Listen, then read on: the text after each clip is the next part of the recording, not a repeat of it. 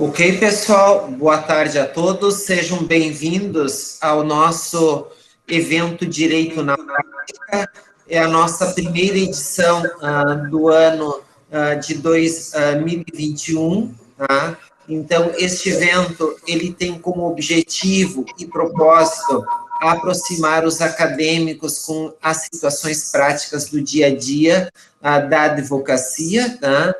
E hoje quem está na organização do evento é o professor Luiz Felipe Menezes Tronchini, né, que é professor de Direito Constitucional, de Direito Tributário, do curso de Direito da FTEC, e também nós contamos com a participação da doutora Letícia Lago, que o professor Luiz vai fazer a sua apresentação e a apresentação da doutora. Então, desejo a todos um ótimo evento, sejam bem-vindos todos neste momento de aprendizagem. Muito obrigado, professor Luiz, aí, pela organização, né, da atividade, e seja bem-vinda também, doutora Letícia, no curso de Direito da FTEC.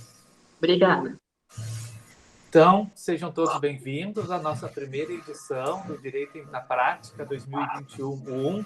Começamos hoje, inaugurando o nosso ano de estudos do Direito na Prática, e vamos estudar hoje uma temática que envolve direito constitucional e direito administrativo. É um assunto que está na Constituição Federal de 88, lá no artigo 37, que é estudado no direito administrativo. Vamos estudar hoje, então, conhecer um pouquinho como que funciona isso na prática com a doutora Letícia Lago Weisman, que é procuradora do município de São Leopoldo, minha estimada colega, já 11 anos trabalhamos junto, e há 11 anos ela se dedica a essa área na Procuradoria-Geral do município, que é a área das ações indenizatórias, a área da responsabilidade civil do Estado. E a temática de hoje é exatamente essa, a responsabilidade civil do Estado no âmbito municipal, casos reais e o dever de indenizar.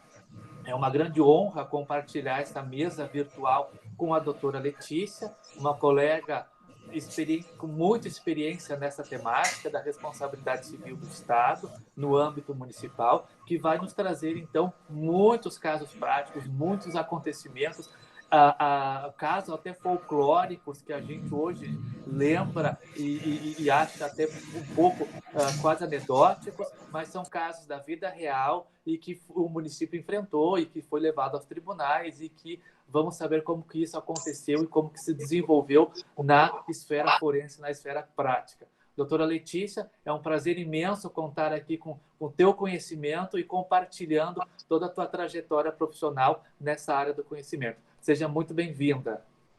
Obrigada, boa noite a todos. Na verdade, a honra é minha. O doutor Luiz foi um grande colega, é um grande chefe também, já foi nosso procurador-geral, já foi, inclusive, prefeito do município de São Leopoldo por algum tempo, e a experiência dele está sempre me guiando também em tudo que a gente faz na Procuradoria do município. São 11 anos mesmo, eu tenho vários casos interessantes para contar, que normalmente os estudantes gostam de ouvir, são até folclóricos, como mesmo disse a doutora. Então, nós organizamos essa apresentação de forma que eu vou passar alguns conteúdos de um pouco mais teóricos para nós conhecermos a prática, precisamos conhecer a teoria. Então, como é um assunto totalmente novo e que envolve tanto o âmbito administrativo, direito civil e constitucional, eu vou apresentar algumas linhas teóricas para sintonizar, nivelar o conhecimento de todos, a fim de que conseguimos compreender a terminologia, o que justifica a análise e o estudo da responsabilidade civil do Estado. Eu vou compartilhar umas lâminas aqui para a gente ir sintonizando, e na medida que nós vamos passando, nós vamos fazer um diálogo, eu e a doutora Letícia conversando, e ela vai complementando, e nós vamos fazer essa conversa que seja da forma mais natural e prazerosa a todos. Ficamos já à disposição através do chat para as perguntas, para as dúvidas, e a gente vai então dialogando nessa 1 hora do evento de hoje. Então, eu vou aqui compartilhar a tela e vamos começar então.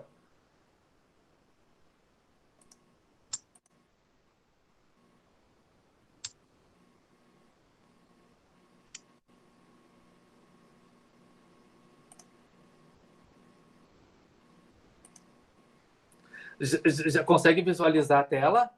Sim. Então, bem-vindo a todos que estão chegando agora nesse exato momento. Nosso direito na prática hoje, então, responsabilidade civil do Estado no âmbito municipal, casos reais e dever de indenizar. Comigo aqui como comandante e fazendo a interlocução com a doutora Letícia Lago Weisman, que é procuradora do município de São Leopoldo e advogada do município, especialista em direito também, e possui uma longa trajetória nessa área de atuação, tanto no âmbito do Poder Executivo, como também na assessoria ao Poder Judiciário. Então, para falarmos de responsabilidade civil do âmbito do Estado, a gente precisa, então, ter algumas noções teóricas para embasar o nosso conteúdo e vocês também terem um pouco de compreensão doutrinária acerca dessa temática. Então, quando eu falo em responsabilidade, eu devo voltar ao latim, que responsabilidade implica uma ideia de resposta. Do latim vem o vocábulo latino chamado respondere. Então, quando a gente fala em responsabilidade jurídica, nós estamos falando no responder, numa ideia de resposta, de replicar. Num campo aqui, no campo jurídico, seria então de reparar eventual dano. Então, quando o direito trata da responsabilidade, induz de imediato a ideia de que alguém foi o responsável perante a ordem jurídica em virtude de algum fato precedente. Então, sempre na ideia de responsabilidade, daquele respondere do vocábulo latino, vem a ideia, então, de responder a alguém. E é alguém que provocou algum dano em alguma pessoa e, em virtude desse dano que foi provocado, ela deve responder e na forma de uma reparação nos termos da lei. A responsabilidade, então, é uma obrigação derivada, um dever jurídico sucessivo de alguém assumir as consequências jurídicas pela prática de um fato. Então, eu provoco um fato, a minha conduta acaba gerando um fato, esse fato vai gerar um dano, e esse dano, então, me impõe a responsabilidade jurídica, o dever jurídico de responder, ou seja, de reparar algum dano que eu tenha cometido. Então, lembrando que quando eu falo juridicamente em responsabilidade, eu tenho que separar as esferas de atuação ou as esferas às quais eu estou falando ou as esferas em que esse dano foi cometido. Então, nós vamos ter, de forma muito genérica, a responsabilidade penal, que vai ser apurada e verificada lá no âmbito penal, e qual vai ser a consequência desse respondere nessa responsabilidade penal, vai ser uma pena, e essa pena vai ser uma privação da liberdade. No âmbito da responsabilidade civil, que é o foco da nossa apresentação aqui, nós teremos como consequência uma indenização ou uma reparação do dano. E a outra espécie de responsabilidade é a responsabilidade chamada responsabilidade administrativa, que é apurada no âmbito do direito administrativo, então no âmbito do setor público, que é a responsabilidade que vai gerar uma sanção administrativa ao servidor público que cometeu algum ilícito de ordem funcional. Então, no âmbito genérico, eu tenho 3 tipos de responsabilidade: penal, que é, entre aspas, de responsabilidade do direito penal, responsabilidade civil no âmbito do direito civil, e a responsabilidade administrativa, que é aquela responsabilidade que vai gerar uma sanção administrativa. Está muito vinculado ao poder hierárquico, à subordinação, ao dever funcional do servidor público. Se algum de vocês já estagiou ou trabalha no setor público, deve muito lembrar dos PADs, processo administrativo disciplinar, sindicância administrativa. É aqui, nesse âmbito da responsabilidade administrativa, que se apura esse tipo de responsabilidade. Lembrando que nós estamos falando aqui de servidor público, o servidor público também pode, ao mesmo tempo, cometer uma responsabilidade, sofrer uma investigação de responsabilidade penal, civil e administrativa. E elas são as 3 independentes entre si, né? Exatamente. São apuradas de forma independentes e em âmbitos também separados. No âmbito do penal, vai ser um processo penal, a civil, um processo no âmbito civil, e a responsabilidade administrativa no âmbito do processo administrativo da O administração. que quer dizer que uma pessoa pode ser condenada no penal e perder o processo, né? Não ser condenada a indenizar no civil e vice-versa. Exatamente, também no âmbito administrativo. O servidor pode responder um processo administrativo e depois não sofrer as responsabilidades no âmbito penal e civil. Cada caso é um caso e vai ser analisado concretamente. Então, o que nos interessa aqui é a responsabilidade civil. A responsabilidade civil, ela surge no direito com uma função precípua. Qual é a finalidade da responsabilidade civil? Reparar o dano, recolocando o prejudicado, ou aquela pessoa que foi lesada, no status quo ante. Então, aqui é a ideia de reparação do dano. Eu sofri um dano, eu estava caminhando na rua, dirigindo meu carro, e o meu carro caiu num buraco e estragou e danificou todo o carro. Eu vou, então, não é um caso penal, então não tem responsabilidade criminal aí, mas civil, e nesse caso, então, eu vou responsabilizar aquele causador do dano, o Estado, a me reparar, a voltar ao status anterior que eu tinha antes de passar naquele buraco. Essa é a ideia, então, da responsabilidade civil. Reparar o dano, recolocando o lesado ao status quo antes. Eventualmente, a doutora Letícia vai nos contar aqui, há situações em que a gente não consegue recolocar o lesado na situação anterior ao dano. E, nesse caso, então, surgem as indenizações, principalmente as indenizações pecuniárias. E a ideia da responsabilidade civil é buscar o equilíbrio socioeconômico, atingindo por meio de uma indenização devida. Às vezes, restituindo aquilo que foi perdido, aquilo que foi destruído, ou através de uma indenização financeira, quando não é possível reparar e restaurar a situação anterior.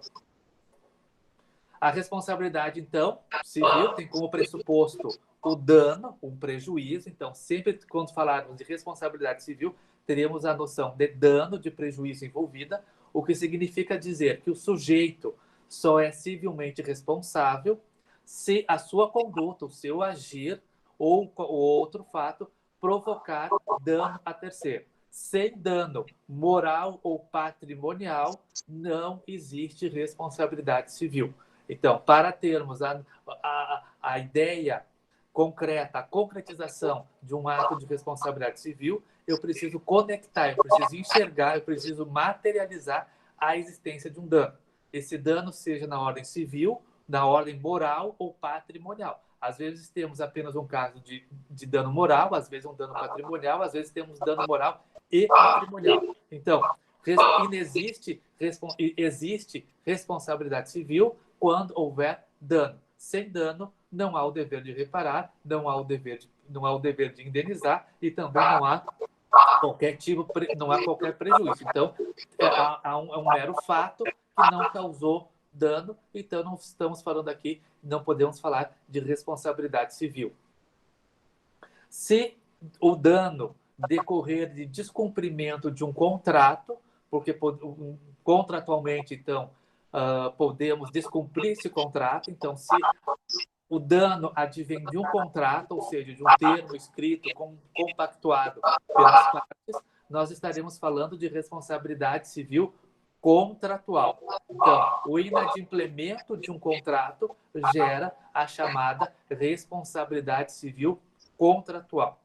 As regras da responsabilidade civil contratual nós vamos achar lá no artigo 389 e seguinte do Código Civil atual. Se do dano, e é exatamente disso que nós vamos nos preocupar hoje, se do dano decorrer a prática, ele decorre de um ato ou de uma omissão de alguém, nós estaremos falando de uma responsabilidade civil extracontratual. Eu estou num shopping, alguém, vou numa loja dentro de um shopping, acaba apitando o sinal sonoro e eu acabo sendo acusado de furto ou de algum dano no patrimônio da loja. Estamos falando aqui de responsabilidade civil extracontratual. Eu sofro um dano moral, tenho fotos publicadas não autorizadas. Um carro do município causa um acidente em outros veículos. Um ônibus municipal atropela pessoas. estamos falando aqui de responsabilidade civil extracontratual. Não há um vínculo entre as pessoas e, em virtude desse vínculo, então, ao contrário da contratual, em que as pessoas estão vinculadas e da qual decorre o inadimplemento de um contrato, aqui não há contrato, não há nenhuma ligação com as pessoas, são anônimos, são pessoas alheias que, por um fato, uma eventualidade, acabam se encontrando e disso decorre um prejuízo a uma delas. Nesse caso aqui, nós estamos falando em responsabilidade civil extracontratual, a qual não decorre de um inadimplemento contratual. As regras sobre responsabilidade civil extracontratual nós encontramos no Código Civil, nos artigos 186 a 188 e 927 seguintes. Eventualmente, doutor Luiz, Sim. existe a responsabilidade civil contratual no âmbito municipal quando a gente está discutindo algum dano decorrente de um contrato que o município fez com alguma empresa, né, para prestar algum serviço, alguma coisa, mas essencialmente na minha área a gente trabalha com a extracontratual, assim, 90% das vezes que a gente responde a algum processo é baseado na responsabilidade extracontratual. Exatamente, que bom que trouxe essa lembrança. A responsabilidade civil contratual no âmbito público é também uma das grandes áreas da administração, porque, infelizmente, a administração pública leva aquela fama de má pagadora e decorre de uma licitação, de um contrato licitatório, isso acaba desencadeando atrasos, porque depende de verba, depende de arrecadação, depende de repasse de termos de convênio da União ou do Estado. Isso acaba, então, gerando inadimplemento contratual, que é também uma grande área e um grande consumidor de recursos públicos, especialmente pelo descumprimento, às vezes, por problemas tanto na esfera administrativa, do âmbito administrativo, como da empresa, má projeção de projetos, falhas na fiscalização. Então, a responsabilidade civil contratual também seria uma outra temática importantíssima que merece ser investigada. Mas o nosso caso aqui é a responsabilidade civil contratual. Então, quando o autor desse dano é o Estado, então, quando o Estado, o ente público, genericamente considerado, e aqui a gente está falando de União, Estados e municípios e Distrito Federal, quando um desses entes comete o dano, ou seja, causa o prejuízo a alguém, surge para esse ente a responsabilidade, o dever de indenizar, de reparar. Então, aqui nós temos a responsabilidade civil extracontratual, é aquela em que o Estado comete o dano, o Estado é o agente, a conduta do Estado gera o dever de indenizar. O dano decorre da prática de um ato ou de uma omissão também, a falta de agir, o dever de guarda, de proteção do ente público não acontece, não se concretiza. Então, nós temos aqui um ato ou uma omissão do agente estatal que vai desencadear a responsabilidade civil extracontratual do ente público.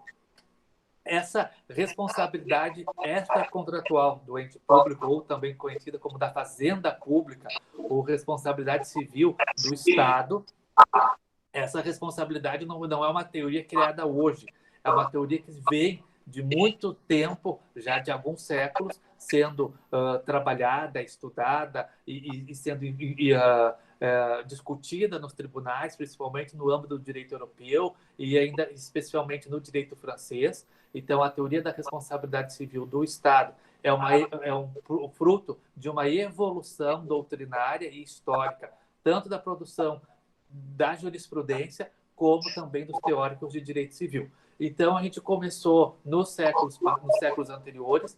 Primeiro, tinha uma ideia de teoria da irresponsabilidade do Estado, ou seja, até a metade do século XIX, se entendia que o Estado não tinha nenhum dever e nenhuma responsabilidade por seus atos. O Estado, então, era irresponsável. Todo o dano que o Estado cometia, infelizmente, o ordenamento jurídico, o sistema jurídico não reconhecia o dever de indenizar por parte do Estado. Então, até a metade do século XIX, o Estado podemos dizer, era irresponsável. Ele não tinha nenhum compromisso, nenhum dever de reparar pelos danos, pelos seus atos ou omissões causados a terceiros, causados aos seus ao povo, né, naquela ideia de povo, governo, território. Então, aquelas pessoas que faziam parte desse Estado não eram tão cidadãos, não tinham nenhum direito de reparação pelos danos cometidos pelo Estado. Na sequência, se evoluiu essa teoria, esse raciocínio. Então, nós chegamos à teoria civilista, que o Estado responderia apenas pelos atos de império e de gestão praticados pelo Estado. Então, aqueles atos de governo haveria responsabilidade civil. Depois, se entrou numa teoria da responsabilidade subjetiva, e que a responsabilidade do Estado aconteceria se demonstrasse a culpa do Estado. Então, a vítima, o lesado, deveria comprovar que o Estado lhe causou um dano, e, de decorrência disso, estaria concretizado o dever de indenizar. Depois, se evoluiu para a teoria da falta do serviço. Então, aqui se entendendo o Estado como um prestador de serviços públicos. E nessa teoria, então, essa teoria incumbiu o Estado e as suas empresas a indenização pelos danos causados a particulares pela falta do serviço, desde que comprovada a anormalidade do serviço público. Então, comprovada que aquele serviço público ao qual o Estado tem o dever de me prestar não estava acontecendo a contento, ou não estava acontecendo, ou estava causando dano, sugeria, então, a responsabilidade pela falta do serviço público. E daí chegamos, então, à teoria que foi recepcionada pela nossa Constituição de 88, que é a teoria do risco da atividade estatal, a chamada responsabilidade objetiva, consagrada no texto da Constituição de 88. Então, nós temos, então, a responsabilidade subjetiva, que o Estado vai responder com a comprovação da omissão ou da ação ou omissão de um agente estatal. E aqui, lembrando, quando a gente fala em Estado, é o Estado genericamente considerado, mas vai ser um servidor público, vai ser um representante do Estado, vai ser alguém em nome do Estado, então alguém que personifica esse Estado, que vai causar um dano. O Estado, o município, a União, lembramos, é uma ficção jurídica, né, que organiza o sistema onde que nós estamos inseridos. É uma ficção criada pelo direito que não existe, a gente não consegue materializar, a gente não consegue saber onde que está o município, onde que está o Estado, onde que está a União. Nós estamos inseridos nele por uma ficção a partir das teorias da Constituição. E quem vai cometer essa ação ou omissão vai ser um agente estatal. Esse agente estatal pode ser um médico, pode ser um servidor público da Secretaria da Fazenda, um professor, o prefeito, o presidente da República, o governador. Então, esse agente estatal vai cometer uma ação ou omissão. Essa ação vai ter que provocar um dano e vai ter um nexo de causalidade. E aqui, como é responsabilidade subjetiva, vai ter que, então, ser apurado o dolo e a culpa. Então, essa seria a responsabilidade subjetiva. Responsabilidade subjetiva do Estado, ação, omissão, dando nexo de causalidade, e apuração da culpa ou dolo. Culpa, negligência, imperícia ou imprudência. Dolo seria a má-fé do Estado, do agente estatal. E a responsabilidade objetiva, que é a teoria recepcionada pela nossa Constituição de 88, então é a regra geral, a responsabilidade civil do Estado é a regra geral. Então, nós temos apenas ação ou omissão do agente estatal, um dano e um nexo de causalidade.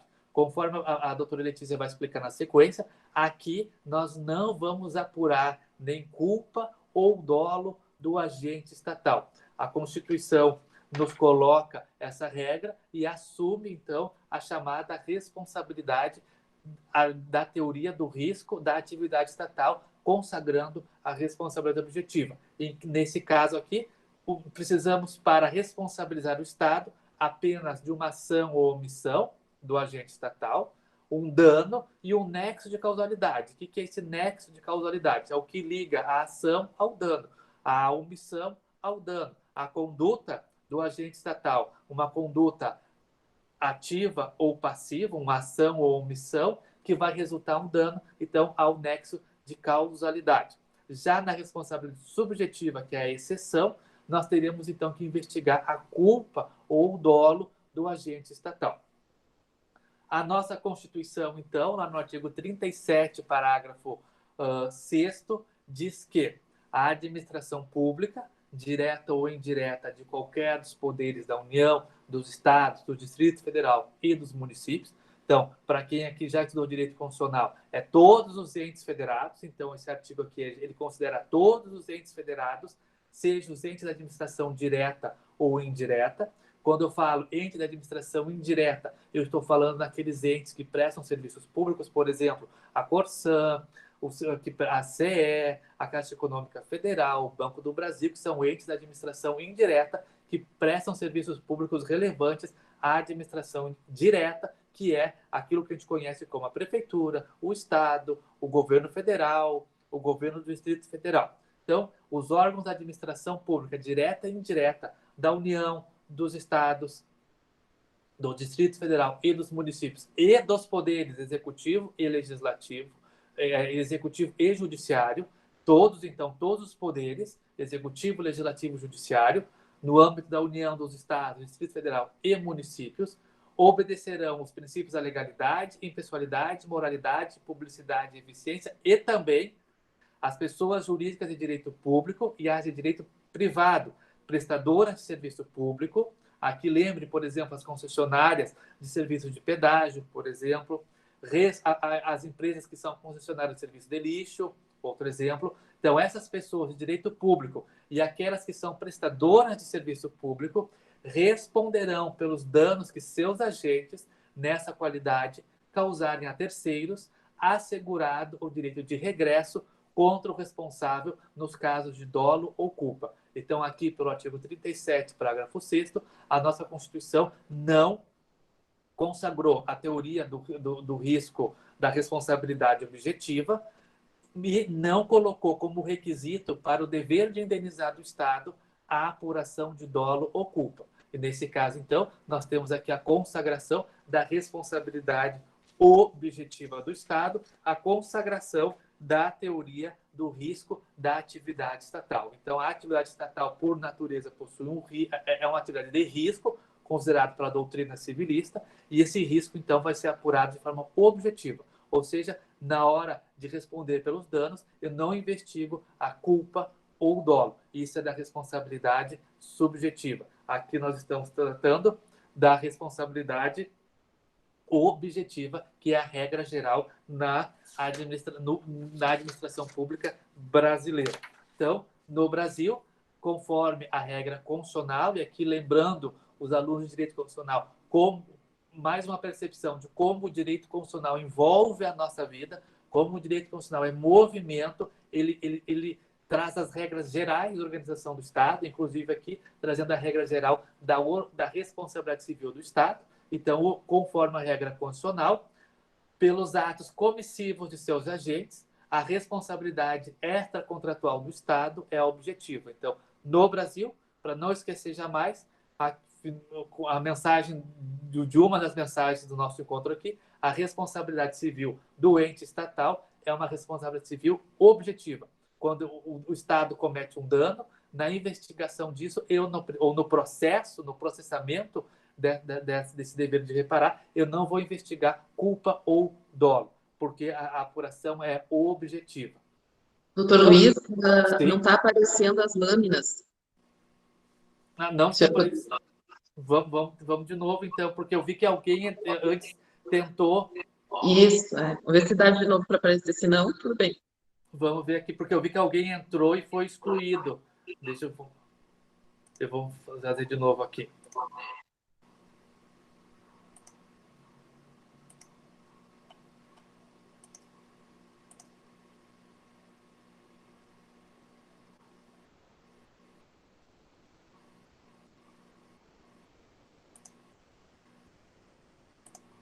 Voltou? Voltou, agora está certo. Então, seguimos. No caso de omissão, então, do agente estatal, quando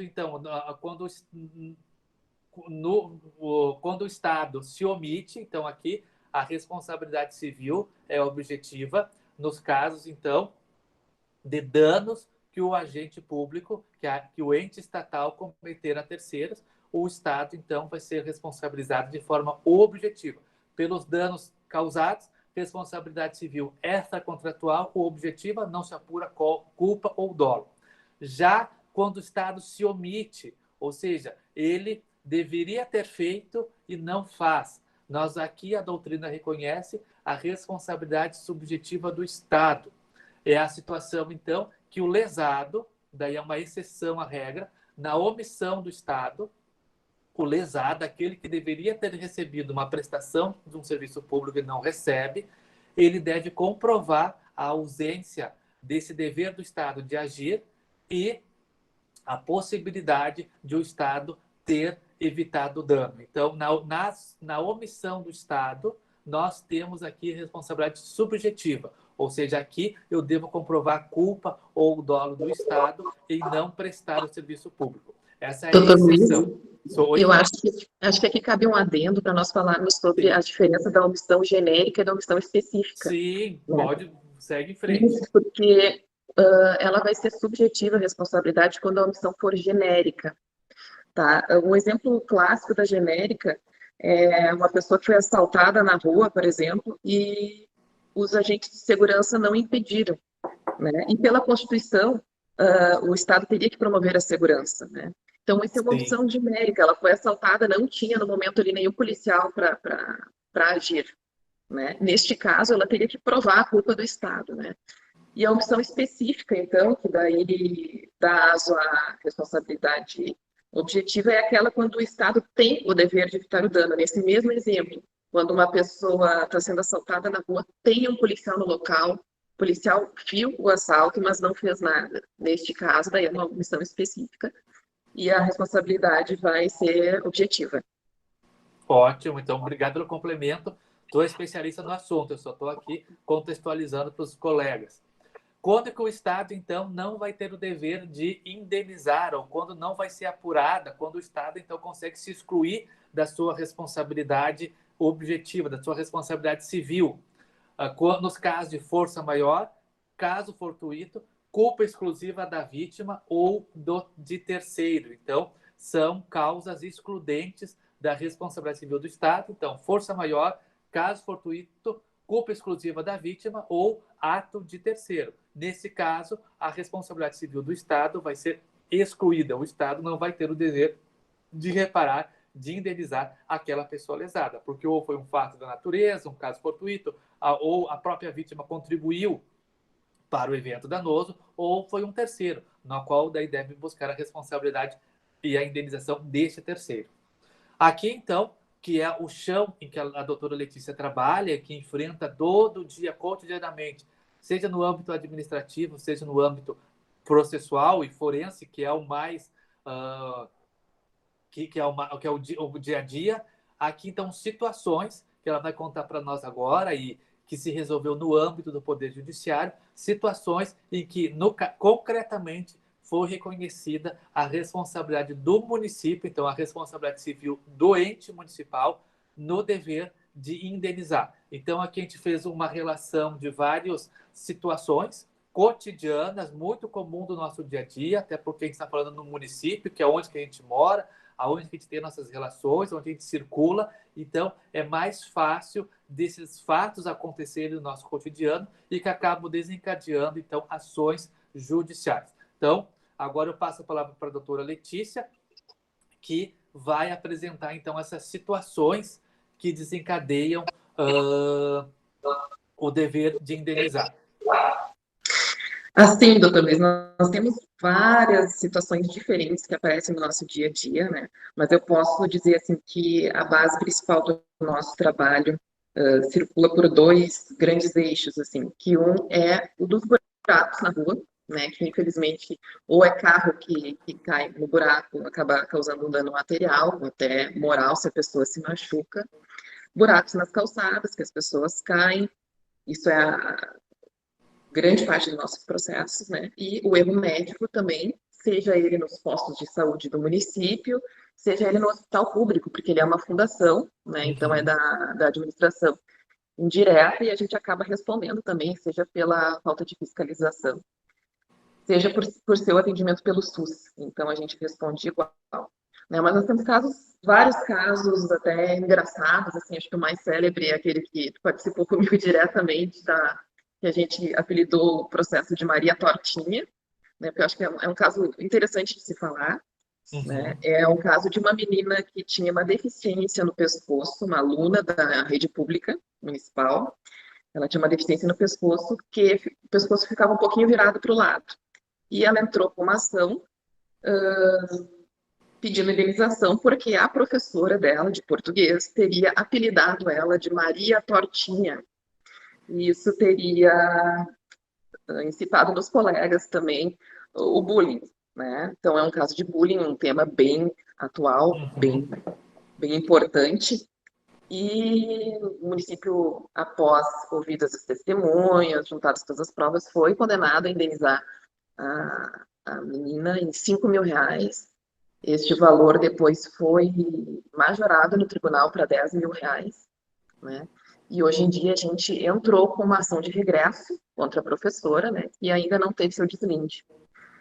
Mas o que era a alegação? A gente não tinha muito o que falar para se defender, né? Realmente, porque a professora disse, na época, que ela realmente tinha apelidado a menina de Minha Tortinha, não era Maria Tortinha, era Minha Tortinha.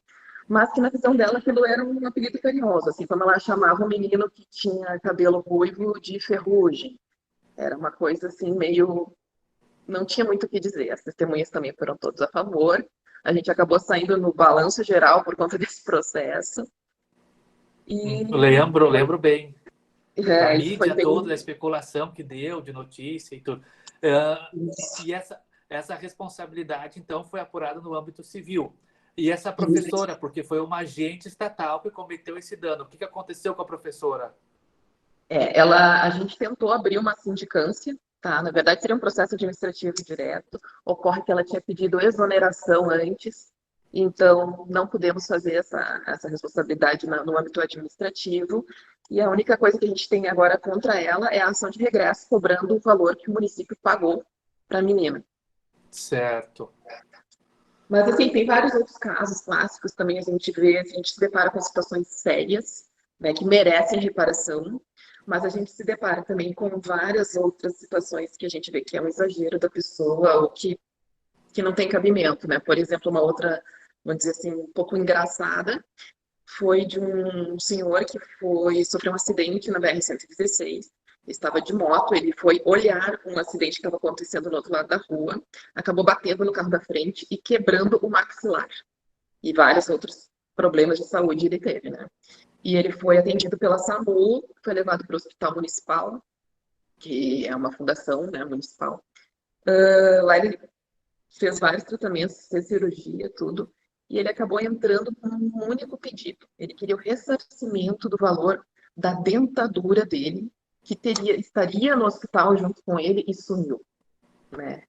Então, foi um caso bem clássico também, porque assim, o município despendeu mais de R$ 10.000 no tratamento dele. Ele não tinha prova de que essa dentadura estava lá e sumiu, ele tinha dito apenas que a gente tinha responsabilidade pela perda dessa dentadura, né? E isso foi um caso até que o próprio juiz ficou um pouco indignado com a postura tanto do autor quanto do advogado, por entrar para pedir. O valor do pedido, eu acredito que era R$ 600, tá? E ele queria ouvir testemunhas, assim, até por precatória, queria ouvir testemunhas lá em Passo Fundo de que as pessoas teriam visto essa dentadura no quarto dele, onde ele ficou internado, e depois teria sumido. Na verdade, nós ouvimos os atendentes, os médicos da SAMU, que atenderam ele, e eles falaram, olha, eu não lembro da dentadura, porém, ele estava com dano no maxilar, né? Estava com sangue na boca, então a primeira coisa que a gente faz é liberar as vias aéreas. Ou seja, o médico da SAMU disse perante o juiz que se tinha dentadura, ele deve ter atirado no meio da BR. Então, esse caso foi de improcedência, graças a Deus, né? Mas é um exemplo clássico, assim, bem interessante também. Tem vários outros, né? Por exemplo, quando um aluno se machuca dentro da escola pública, né? Nós tivemos um caso em que, numa aula de educação física, 2 crianças estavam jogando futebol, um time de futebol. Havia 2 professores supervisionando, um acabou lesionando o outro, dando uma rasteira. O menino caiu, quebrou o dente, teve uma lesão bem séria na boca. E, em primeiro grau, ela foi improcedente, né, porque o juiz entendeu que havia 2 professores, não havia como o professor intervir para evitar aquele dano, o que foi a nossa alegação, né? Mas no tribunal reverteu essa situação, disse que, basicamente disse isso, alguém tem que ser responsável, né? E acabou condenando o município, mas realmente não tinha o que o professor fazer, ele não poderia estar jogando futebol junto com o menino que causou dano, né? Tinha fiscalização, tinha a orientação dos professores. Mas tem outros também, por exemplo, o menino que se machucou numa janela no colégio, que não estava com grade, ou seja, ele acabou batendo os pulsos na janela, quando ele estava correndo na educação física, e teve uma lesão bem séria também. Tem casos de árvores que caem, árvores da rua que caem sobre casas, acabam estragando, árvores que estão nos terrenos particulares, só que o município não fiscalizou para ver se aquela árvore não estava podre e caiu sobre uma pessoa, sobre um carro. É exatamente sobre esse assunto de árvore.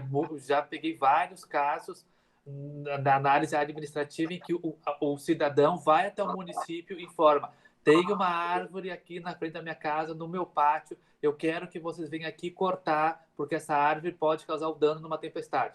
Vai 1, 2, 3 vezes, na 5ª vez vem uma chuvarada, a árvore cai, destrói um carro, destrói a casa, e o município acaba sendo, então, imputado no dever de indenizar, porque se omitiu quando deveria ter agido, né, de ido lá e cortado a árvore. Exato. E tem também a questão é uma questão um pouco difícil também, porque tem árvores que são protegidas pela lei ambiental, né? Então, primeiro teria que ter uma autorização da Secretaria do Meio Ambiente para cortar, então é um processo um pouco mais demorado. Mas acontece bastante, sim. O município se omite bastante nesse caso aí, assim como no caso de buracos, né? Porque realmente é difícil fiscalizar todas as vias do município para ver se todas estão em condição, se não tem nenhum buraco, né? Mas realmente o município é um pouco omisso nessa questão, né? E também, assim, pode falar, doutor. Não, eu ia lembrar que um caso que te deu muita dor de cabeça e que ainda está nos tribunais é o caso das enchentes e inundação de imóvel. Isso, nós temos cerca de 450 ações em andamento, porque teve 2 chuvaradas muito fortes em 2013 e 2015, acho que vocês até devem lembrar que alagou toda a cidade, né? Alagou todo o Vale dos Sinos, na verdade, e as pessoas entraram solicitando ressarcimento por danos materiais, danos morais, por ter suas casas alagadas.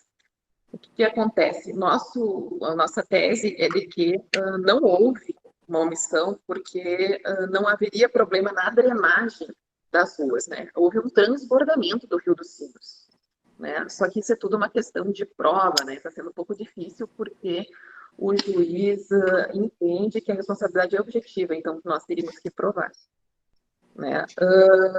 A gente alega também que as pessoas estão em locais, construindo suas casas em locais muito próximos ao rio, em áreas verdes, que as pessoas colocam lixo nas ruas, e a gente tem prova disso. Porém, o tribunal também entende que a gente tem o dever de responsabilidade, de fiscalizar se tem muito lixo na rua, tirar da rua e de tirar as pessoas dos lugares de risco.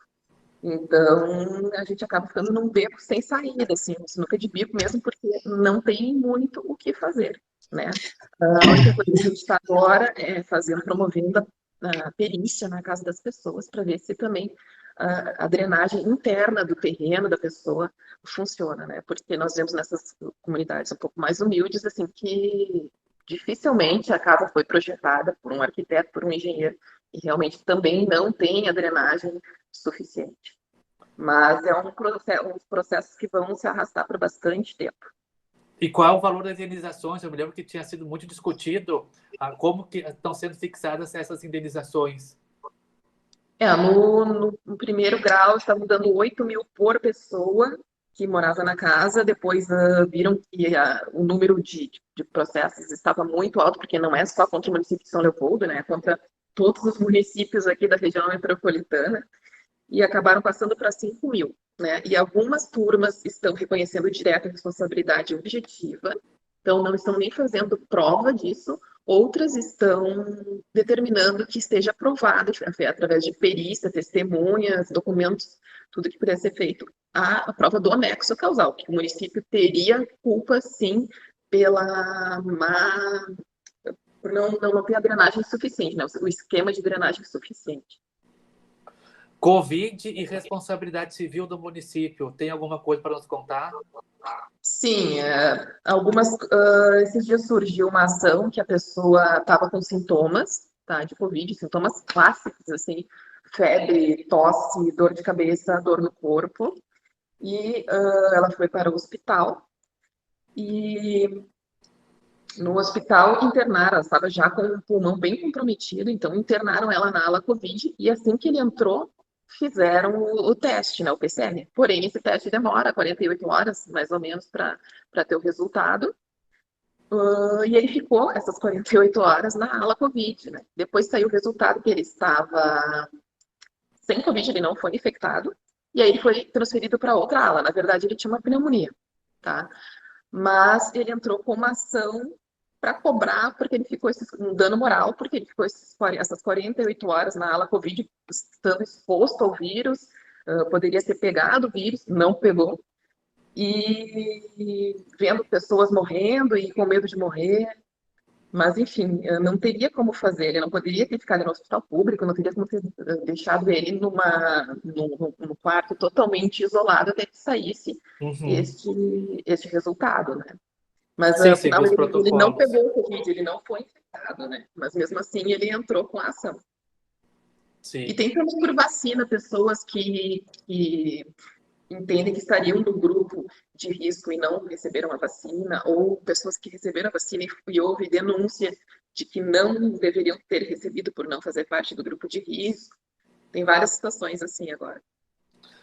Cemitério, me lembro também de alguns casos bem polêmicos envolvendo cemitério. Até nisso o ente público tem que se envolver.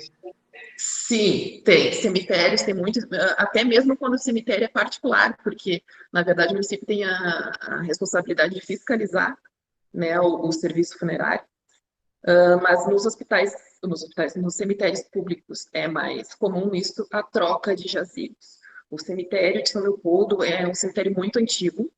Em 2001 houve um grande incêndio nos arquivos do cemitério, né? Então, as pessoas também não costumam identificar os túmulos, né? Então, tem muitos túmulos parecidos. Acaba de que a pessoa vai lá na hora que falece um parente seu e diz: Este aqui é o túmulo da minha família.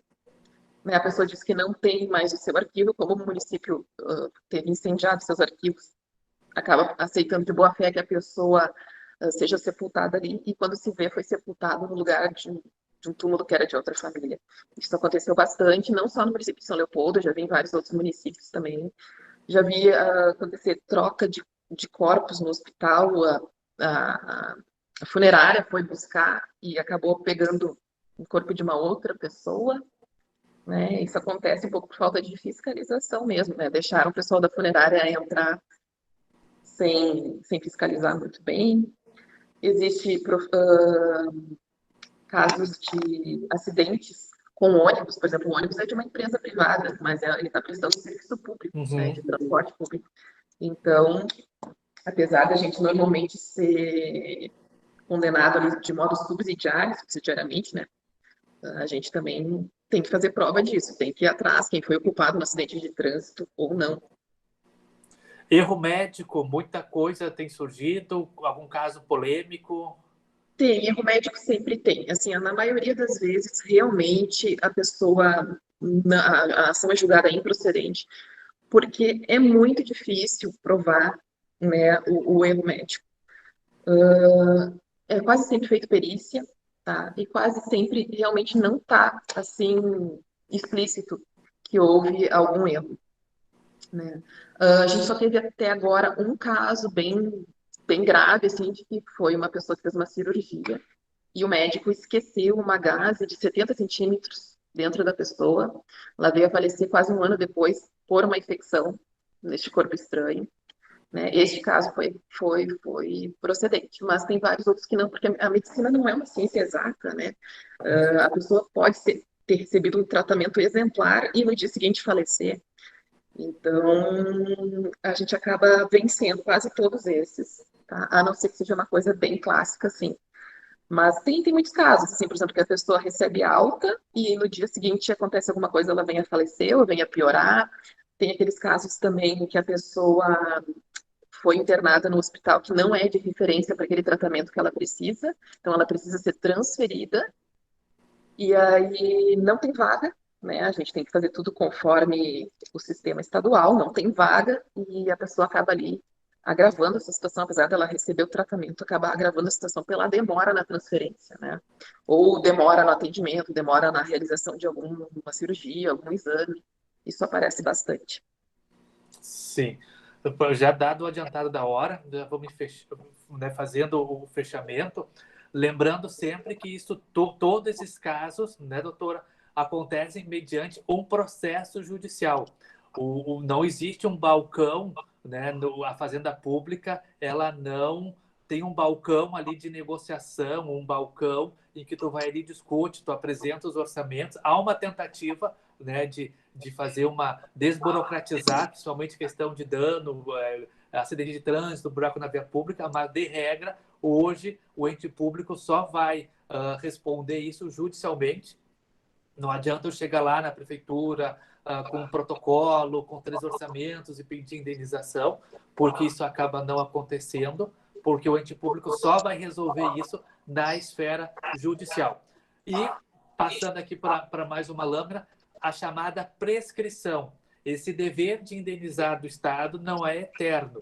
Então, por conta da própria segurança jurídica, a lei determina, então, que a lei civil, que se tem 5 anos para se buscar essa responsabilidade civil da administração pública. É aquela chamada prescrição quinquenal contra a administração pública. A mesma ideia da prescrição tributária, que também é de 5 anos.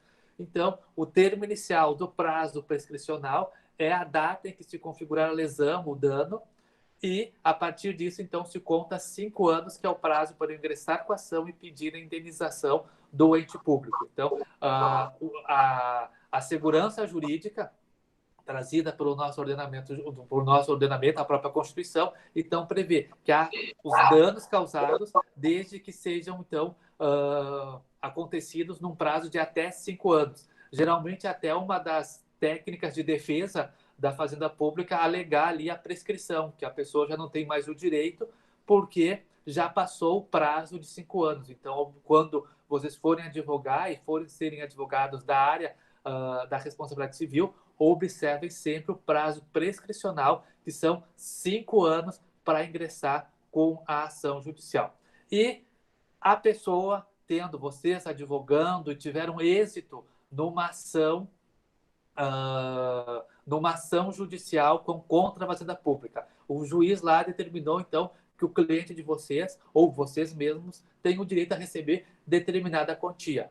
Vocês não vão receber no outro dia que transitarem em julgado. A Fazenda Pública, ela só paga as suas condenações através do que vocês já ouviram falar. Quem já estudou Constitucional 1 já ouviu falar desse assunto, através dos precatórios. Os precatórios, então, são os valores derivados da condenação da Fazenda Pública por responsabilidade civil, por exemplo, ou qualquer outra condenação, então, que são pagos através de precatórios. Os precatórios, então, são ordens de pagamento que vão entrar numa lista e vão ser pagos de forma parcelada e ao longo de muitos anos. Atualmente, a Fazenda Pública tem até 2029 para pagar o seu saldo de precatórios. Era até agora 2024, teve recentemente agora, nos últimos dias, uma emenda constitucional que já alterou o prazo para as fazendas públicas pagarem seus débitos decorrentes de condenações, inclusive de responsabilidade civil do Estado. Então, eu tenho uma sentença transitada em julgado, mas a indenização vai só ser recebida daqui a longos anos, quando o Estado, então, o ente público, tiver entrar na lista. Hoje nós temos listas de precatórios, as pessoas vão entrando e vão aguardando que um dia chegue a sua vez. Muitos acabam deixando... A exceção, né, doutor Luiz, quando é por RPV, é um valor menor, né, um valor menor, dependendo do município. No nosso município são 10 salários mínimos, mas no estado eu acredito que sejam 30 ou 40. Pode ser pago por RPV, que daí é como se fosse um precatório mais simples, né? Vai ser pago daí em 60 dias da data do protocolo junto à Fazenda. Isso, são as requisições de pequeno valor, que elas têm um tratamento diferenciado e não entram na fila de precatório. Mas se você ganhar 100 mil, vai entrar para a fila de precatório e vai aguardar que um dia, ou é uma herança que é deixada para a sucessão. E a administração sendo lesada, um médico, uma professora, como nos casos aqui, comete um dano. O Estado também, porque quem paga isso, no final das contas, somos todos nós, contribuintes dos tributos. Então, um agente do Estado comete um dano, o Estado vai lá e vai responsabilizar esse servidor através do que a gente chama ação de regresso, que é a busca daquilo que o Estado despendeu para pagar determinada indenização. O Estado, então,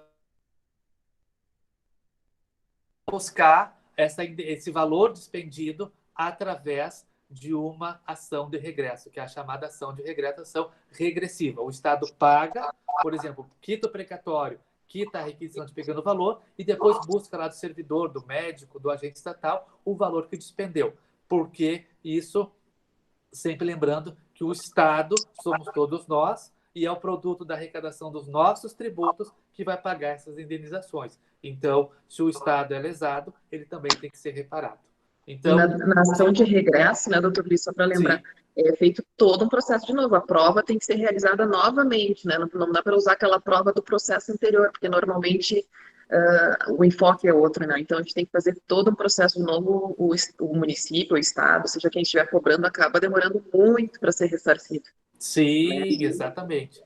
Quando ainda chega o caso de o município ter o direito a receber e a pessoa não ter como pagar, né? É muito comum, né? Uma pessoa tira todos os bens do seu nome, tira o dinheiro da conta, então a gente acaba arcando com todo esse valor. Na verdade, todos nós, né, todos os contribuintes, as pessoas acabam esquecendo que o município não é uma empresa, não é um ente privado que tem dinheiro para pagar essas indenizações. Esse valor está saindo de um dinheiro que poderia ir ser empregado na saúde, na educação, mas acaba indo para essas indenizações, que muitas, como eu disse, têm fundamento sim, mas várias também são bem temerárias. Então, de um modo geral, essa é uma pequena passagem do conteúdo da responsabilidade civil do Estado. Já avançamos um pouquinho. Caso tenha ainda tempo, respondemos as perguntas, se tiverem. Mas um agradecimento especial para toda a audiência. Obrigado, doutora Letícia, pela participação, pela colaboração, por ter trazido exemplos fáticos da sua experiência. Eu que agradeço. E contamos com a sua participação em novos eventos, para participar conosco e trazer a sua experiência. Claro, vai ser novamente uma honra. Muito obrigada. Boa noite a todos. Obrigado. Professor Odir, temos tempo para perguntas ou já vamos encerrando?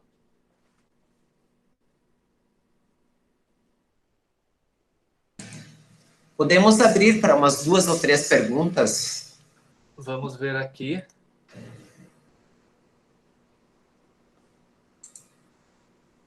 Vamos, tem alguém aqui que já... O Ramon aqui fez algumas participações. O Pedro Roberto aqui colocou aqui em São Leopoldo existe uma demora na resposta da prefeitura. Aqui. Vamos ver se alguém tem alguma pergunta.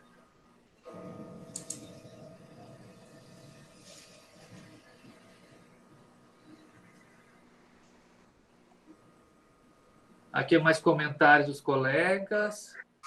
Eu acredito que o primeiro comentário foi uma pergunta, doutor Luiz, era sobre responsabilidade tributária, eu acho. Vamos lá. Qual é o... Acho que foi um dos primeiros, logo que a gente começou. O Ramon, a responsabilidade civil, então, no âmbito tributário, surge o descumprimento da responsabilidade tributária. O Ramon... Não, responsabilidade civil é uma coisa, Ramon, responsabilidade tributária é outra. A responsabilidade tributária aqui, nós estamos falando do dever de pagar tributo. Não a responsabilidade civil. Responsabilidade civil é o dever de causar dano, sempre lembrando, responsabilidade civil, dano, prejuízo causado pelo ente estatal a um cidadão, a um terceiro. Responsabilidade tributária é o dever de cada um de pagar seus tributos, aquele dever fundamental de contribuir para o Estado para a sua manutenção e prestação de serviços públicos, da concretização de direitos sociais. Então, responsabilidade civil é uma coisa, é um âmbito de apuração de prejuízo. Responsabilidade tributária é dever de pagar tributos. No âmbito da responsabilidade civil, temos, então, responsabilidade civil, penal e administrativa. A responsabilidade tributária é outra seara, é o dever de pagar. Aqui, nessa responsabilidade que estamos falando, é o dever de indenizar a partir de um prejuízo cometido por alguém. Se for um prejuízo no âmbito penal, responsabilidade penal, pena; no âmbito civil, a responsabilidade de dever indenizar; e no âmbito administrativo, a sanção administrativa. Acho que...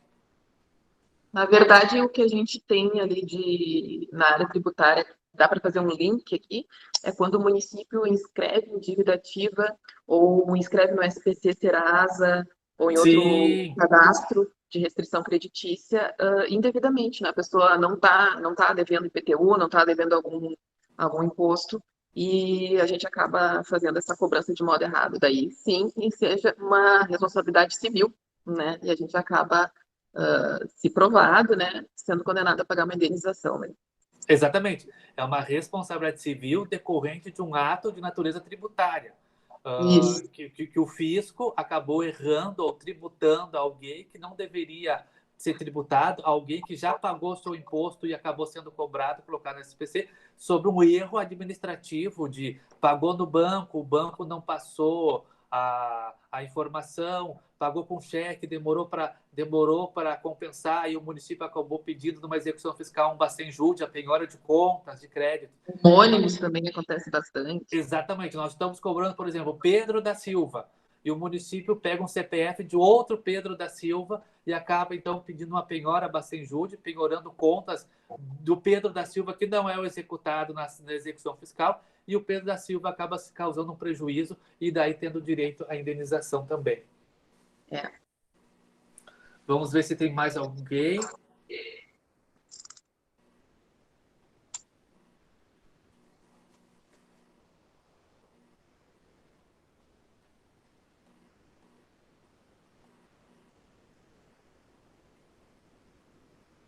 Aqui não, o Ramon, que respondeu aqui, que tinha feito a responsabilidade, disse que achou que o não cumprimento causasse uma dívida civil. Não é.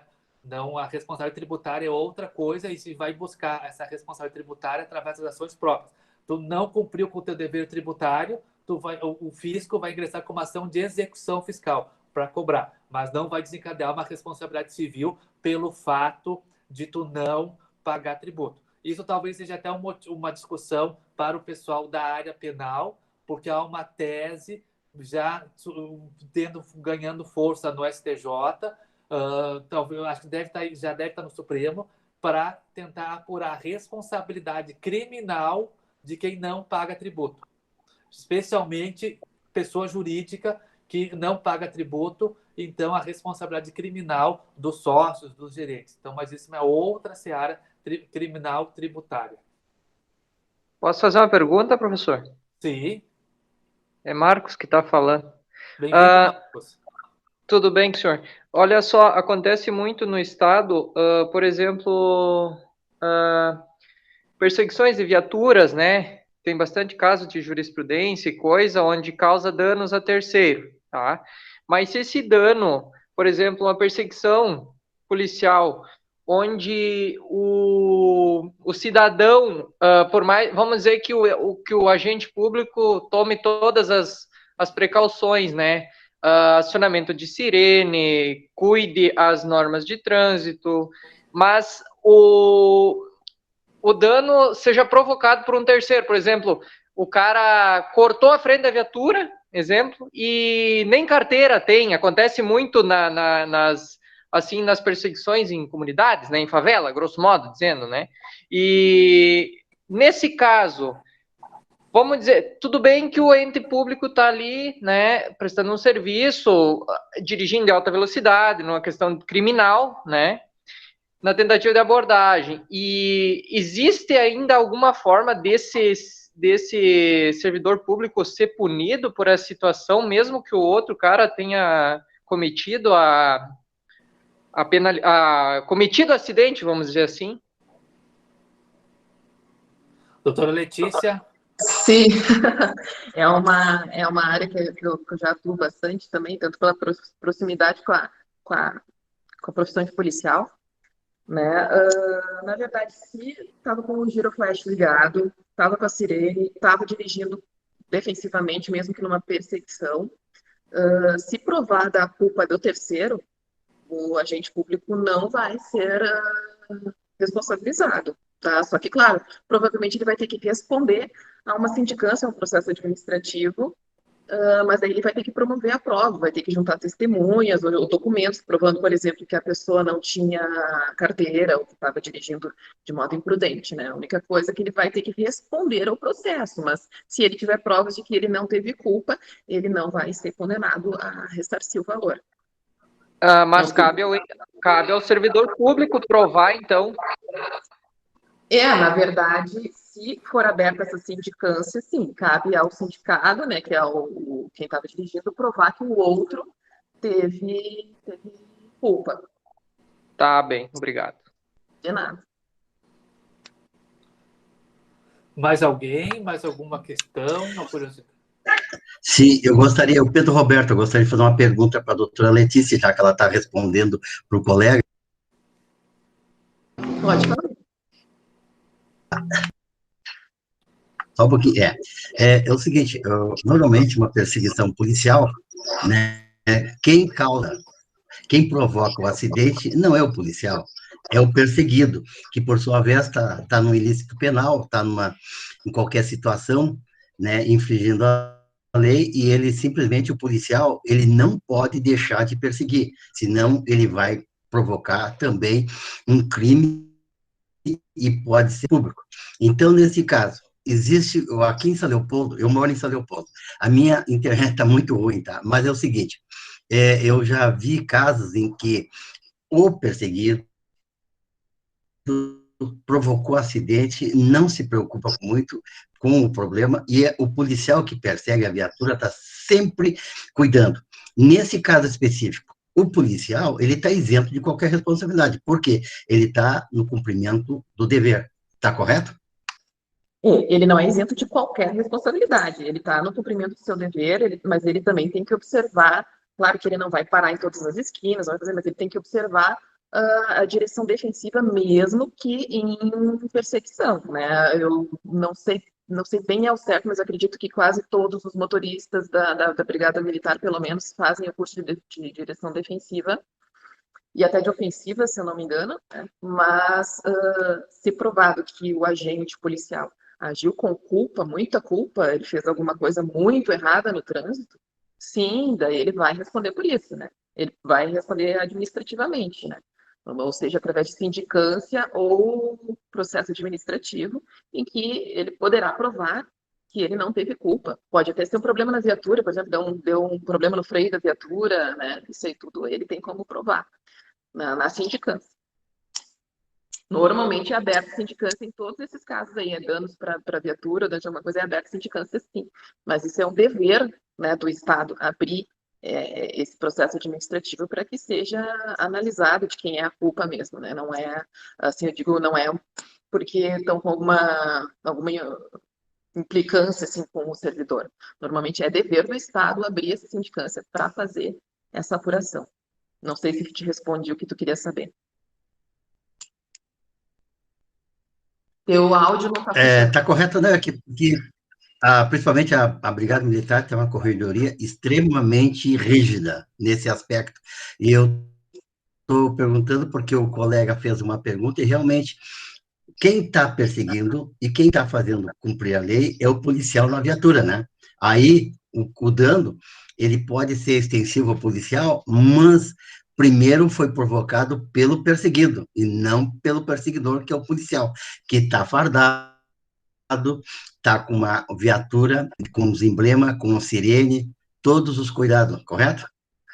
Sim, é correto. Na verdade, vai caber ao policial, ao gente que está sendo investigado ali, a provar que ele estava cumprindo seu dever, estava com tudo correto, com o giroflash ligado, com a sirene, estava em perseguição, vai ter que provar que é a outra pessoa que deu causa ao acidente, né? Não foi nenhuma atitude do policial. Agora, quanto à corregedoria ser rígida, eu também não sei te responder, né? Mas o policial tem sim como provar que não foi ele o responsável. Eu vi aqui que o Glademir Silva fez uma pergunta. Obrigado. Os precatórios têm relação com o artigo 100 da Constituição? Sim. Glademir, o regramento dos precatórios está ali no artigo 100 da Constituição, no ADCT também. Então, é exatamente isso. Os precatórios que nós falávamos ali, quando a pessoa vai receber o dever de indenizar, é através da regra do artigo 100 da Constituição, através do regime de precatórios. E tem outra pergunta aqui, que ainda a gente estava falando de Covid, de remédio, de hospital, do Kelvin, perguntando se os leitos de hospitais, em virtude da lotação, os municípios podem ser responsabilizados? A falta de leito, o município pode ser responsabilizado, acho que é essa a pergunta, o município pode ser responsabilizado pela falta de leito no hospital? Olha, eu, na minha opinião, eu acredito que em tempo de pandemia não. O que eu já tenho visto que acontece muito é da pessoa precisar uma transferência para um leito de UTI e isso demorar. Então, aí o Estado, numa situação normal, uma situação que não é de pandemia, daí é possível, sim, se houver dano, a pessoa ser responsabilizado porque o Estado não permitiu ou não teve a tempo dela melhorar ou dela se curar essa transferência. Agora, em tempos de pandemia, não está pegando. Por quê? Porque é uma situação completamente fora do padrão. Né? Então, no tribunal, o Ministério Público, a Defensoria tem entrado com algumas ações pedindo transferência, pedindo leito, mas é uma coisa impossível, né? Então, existe o princípio da reserva do possível, o que é possível fazer, né? Então, nesses casos aqui, em princípio, era uma coisa totalmente inesperada, não só aqui como no mundo inteiro. Então, no caso da pandemia de Covid, não, por enquanto eu não vi nenhuma decisão nesse sentido, obrigando ou responsabilizando o ente público pela falta de leitos. Mais uma aqui na área da saúde. O Ramon fez, vamos ver se é o caso da administração pública ou se seria mais responsabilidade civil entre particulares. Ele colocou a situação seguinte: a pessoa se consulta, o médico diz que o anterior fez errado. Nesse caso, a opinião do médico adianta? Como isso, já viu alguma situação nessa situação? Um diz uma coisa, outro diz outra.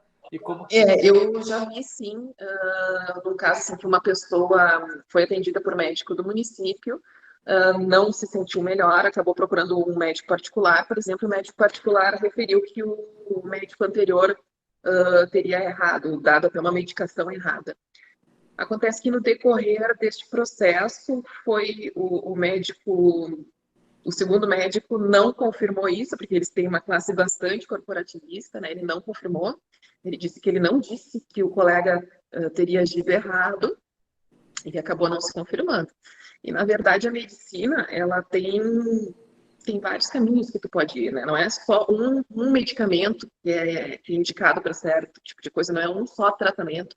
Existem para a mesma moléstia, existem 3 ou 4 tratamentos diferentes. E isso vai pela decisão médica mesmo, né? O médico tem autonomia para decidir qual que ele acha melhor, a não ser que ele tenha feito uma coisa muito errada, ter dado um remédio de dor de cabeça para quem tem câncer, uma coisa assim, fazendo uma analogia bem louca aqui, mas é mais ou menos isso, tá? Não, tem que ser provado que realmente aquilo que o médico anterior fez estava completamente fora da técnica, fora do protocolo, fora da literatura médica. Enfim, como vocês perceberam, o nosso assunto rende muitas aulas, muitos direitos na prática. É um assunto que instiga. A teoria é um pouco, talvez, um pouco abstrata, mas quando a gente coloca isso na prática, vocês percebem que isso atinge o nosso dia a dia, o nosso cotidiano, especialmente quando estamos falando de município, no âmbito municipal, onde a gente circula, onde mantém as nossas relações, onde a gente vive. Eu agradeço mais uma vez a doutora Letícia pela participação, pela paciência em responder as perguntas, sempre de forma muito didática, compreensiva. Então, esperamos contar novamente com a tua presença num futuro, e a instituição também fica de portas abertas para te receber assim que nós estivermos presencialmente. Por enquanto, só online, mas sinta-se agradecida e abraçada pela tua participação aqui no nosso evento. Muito obrigado. Obrigada, eu que agradeço a oportunidade, foi muito legal, muito interessante. Muito obrigado. Professor Odir, então, vamos encerrar. Muito obrigado pela presença de todos que ficaram até o adiantado da hora, já passamos 20 minutos. Obrigado a todos. Boa aula para aqueles que seguem agora com a aula e boa noite. E aqueles que são do Direito Constitucional, nos vemos na quinta-feira. Boa noite. Boa noite.